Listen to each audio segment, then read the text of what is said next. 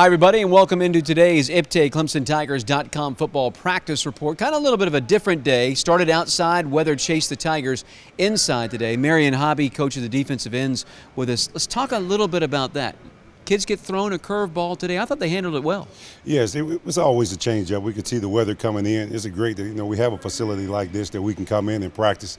You can tell these guys have been here. Our coordinators did a great job of getting everybody in the right mindset.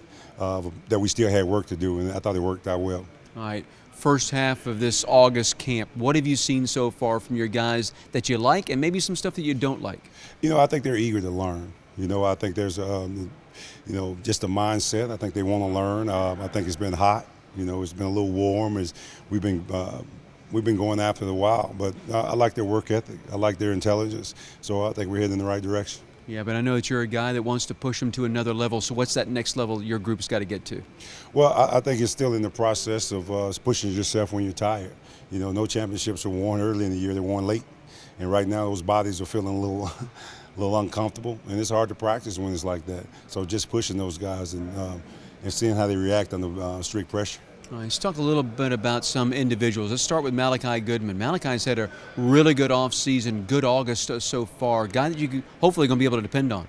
Yes, Malachi is coming on well. He's a great technician. He's a very smart player, and he really wants to be good. I think he understands the tradition of Clemson defensive lineman, and I think that gives him an extra burst anytime. Other side of that defensive end spot, Andre Branch, Corey Crawford over there battling. One a senior, one a young freshman. Good battle going on there, though. Yes, I think both of them are really eager to play. Both of them have a lot of pride. Andre being a senior has a lot of pressure on him because we don't have many seniors on this defense, and him being in a leadership role is always the key for him. And Corey Crawford, a guy who comes in, he knows he's wearing number 93. That means something at Clemson, so that gives you a little push that you better be ready to play as well. You always hear about how the offensive line has to play with a chemistry, but I think that's true of the defensive line. Your ends have got to know what your tackles are doing and vice versa. They got to work in tandem. Yes, and one thing about that position, you better be disciplined. You got to have great discipline. Your eyes, where your eyes at all the time is something we talked about.